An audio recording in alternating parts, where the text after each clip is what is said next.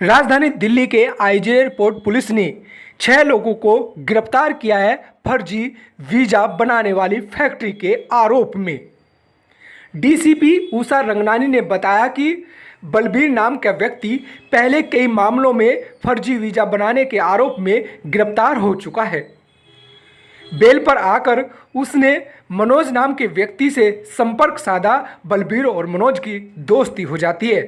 मनोज तिलक नगर का रहने वाला है और वो डिप्लोमा होल्डर है डिजाइनर बनाने में, इसीलिए दोनों की यहाँ दोस्ती गहरी हो जाती है और मनोज अपने घर पर एक फैक्ट्री का रूप बनाकर यहाँ फर्जी वीजा बनाने की तैयारी कर देता है।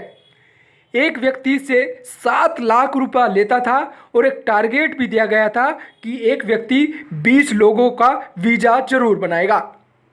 इसीलिए यहाँ एक टीम तैयार हुई और कई लोगों को शिकार बनाया। डीसीपी उषा रंगनानी ने बताया कि 2 सितंबर को एक जानकारी मिलती है, एक यात्री आईजे एयरपोर्ट पर आता है और उसका जब वीजे की जांच की जाती है तो उसका वीज़ा फर्जी निकल जाता है।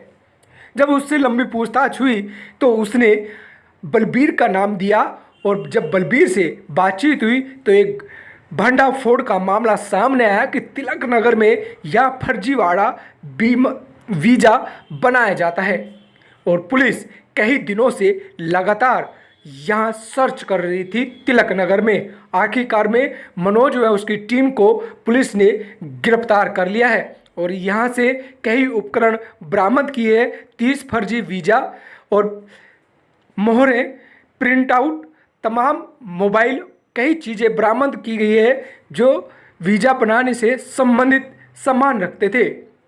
डीसीपी उषा रंगनानी ने बताया कि इनके पकड़े जाने से बड़ा गिरोह का भंडाफोड़ हुआ है और जो फैक्ट्री चल रही थी तिलक नगर में उसको भी सीज करने की तैयारी चल रही है।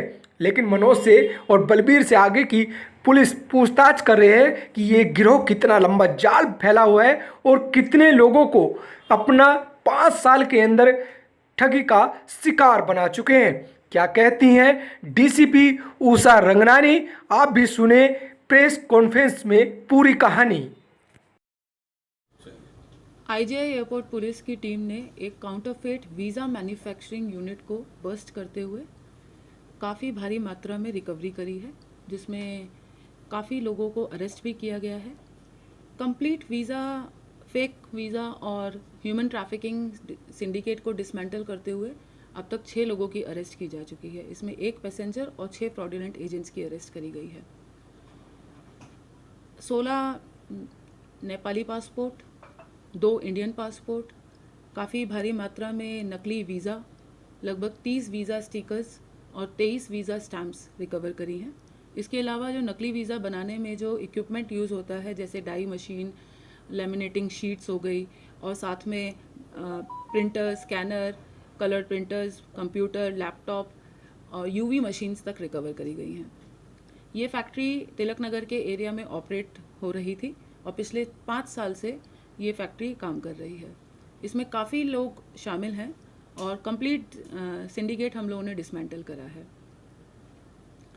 6 लोगों की अरेस्ट करी है, जिसमें जो मेन जो फैक्ट्री के चलाने वाले हैं वो है मनोज मोगा और साथ में बलबीर करके एक फ्रॉडुलेंट एजेंट है। हमें ये इस कंप्लेन हमें 2 सितंबर को मिली थी। ब्यूरो ऑफ इमिग्रेशन से हमें कंप्लेन मिली कि एक पैसेंजर डिपार्चर क्लियरेंस के लिए इमिग्रेशन काउंटर पे रिपोर्ट किया था, जिसके पासपोर्ट पे नकली स्वीडन का वीज़ा लगा हुआ था और वो इटली की तरफ जा रहे थे। तो नकली वीज़ा होने की वजह से ये कंप्लेन हमें दी गई और हमने बीएनएस के रेलेवेंट सेक्शन, जो चीटिंग और फोर्जरी के सेक्शंस हैं, उसमें एफआईआर दर्ज करी और इन्वेस्टिगेशन सब इंस्पेक्टर मदन को दी गई। क्योंकि मामला बहुत सेंसिटिव था और हमें इंटेलिजेंस इनपुट्स मिले थे कि इसमें एक बहुत बड़ा गिरोह ऑपरेट कर रहा है, एक बड़ा सिंडिकेट है और एक ऑर्गेनाइज क्राइम चलता है। तो इसको ध्यान में रखते हुए हमने एक टीम बनाई जो एसीपी आईजीआई के नेतृत्व में और एसएचओ के क्लोज सुपरविजन के अंडर में इंस्पेक्टर साइबर अजय कुमार और साइबर का स्टाफ नितिन, पांडे, विनोद, इन सब के ऑपरेशन के अंदर में एक बहुत ही स्ट्रॉन्ग रोबस्ट टीम बनाई गई और इन्होंने प्रॉपर इन्वेस्टिगेशन करते हुए पूरे सिंडिकेट को बस्ट करा। एक के बाद एक चेन अनफोल्ड होती गई।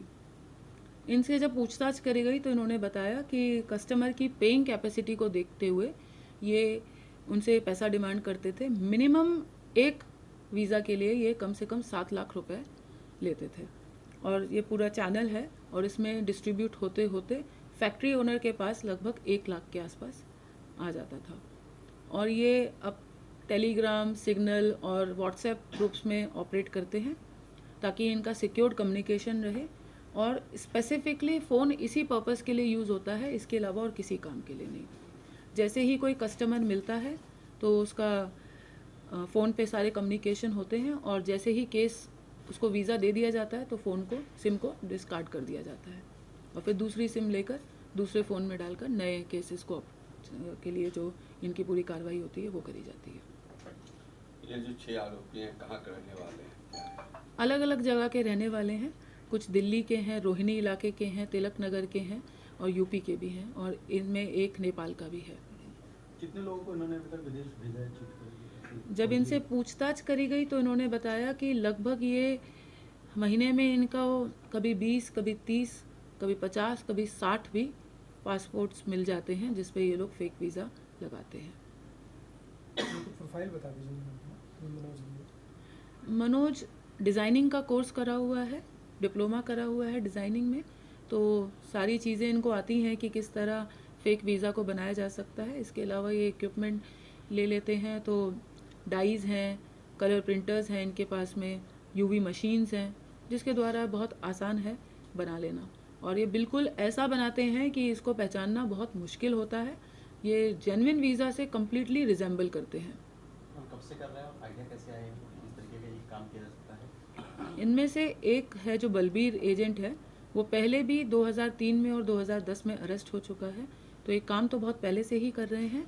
पर ये जो फैक्ट्री है ये पिछले 5 साल से ऑपरेट कर रही है और इसमें काफ़ी अलग अलग तरह के एजेंट्स, अलग अलग एरिया के एजेंट्स, कुछ नेपाल के भी एजेंट्स हैं जो शामिल हैं। तो अभी इन्वेस्टिगेशन अंडर प्रोग्रेस है।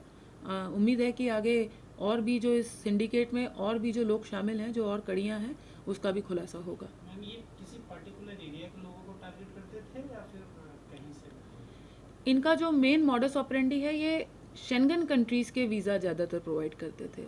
इटली, स्वीडन कंट्रीज़ के अलावा मतलब जो बेसिकली ग्रुप ऑफ कंट्रीज़ हैं शेंगन कंट्रीज़, उनका वीज़ा ये जनरली नकली बनाते हैं और काफ़ी नेपालियों के पासपोर्ट यहाँ पे मिले हैं, नेपाली सिटीज़न के।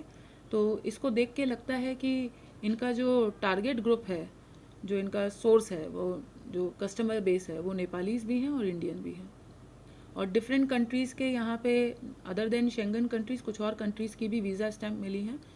जो हमने जिस तरह से देखा तो अभी तक 23 वीज़ा स्टैम्प्स हमको रिकवर हुई हैं और 30 फेक वीज़ा स्टिकर्स हैं, वो मोस्टली शेंगन कंट्रीज़ के हैं।